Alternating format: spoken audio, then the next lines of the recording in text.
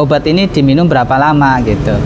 Nah, kata berapa lama itu adalah durasi atau lazim disebut dengan kur.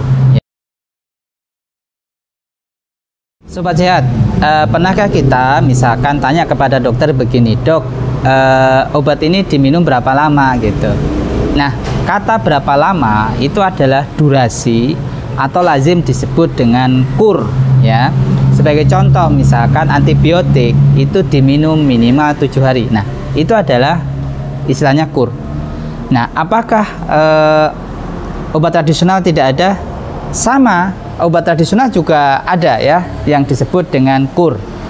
Yaitu pada saat kita mengkonsumsi herbal itu kita akan lihat pengaruhnya setelah 3 hari, 7 hari, 14 hari, 21 hari. Setelah itu 1 bulan, 2 bulan, dan 3 bulan. Itu adalah untuk kur. Nah, kapan kita menetapkan? Itu sangat tergantung dengan kondisi keparahan dari penyakit tersebut. Misalkan untuk sakit yang tergolong berat seperti jantung, stroke, ya, gagal ginjal, kemudian kanker lebih-lebih ya. Itu kita nggak bisa memberikan kur hanya 3 hari pemakaian kemudian sembuh, nggak bisa. Dari pengalaman saya selama praktek dengan terapi herbal, rata-rata untuk penyakit-penyakit berat seperti stroke, ya, jantung, gagal ginjal, kemudian kanker itu memakan waktu 2-3 bulan. Itu sobat. Jadi kalau kita sakit atau diberikan cobaan oleh Allah dengan sakit itu, mestinya kita juga harus paham bahwa sakit itu datanya nggak mendadak. Dia butuh waktu 10-15 tahun.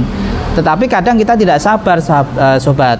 Kadang kita hanya ingin 3 hari makan kemudian sembuh gitu kan. Nah, untuk jenis penyakit-penyakit berat seperti ini, durasinya atau istilahnya kur tadi itu bisa makan waktu 2-3 bulan. Bagaimana dengan penyakit-penyakit selain itu? Ya, nanti sangat tergantung juga. Bisa sampai 21 hari, bisa juga sampai 1 bulan. Itu semua sangat tergantung dari faktor pendukung.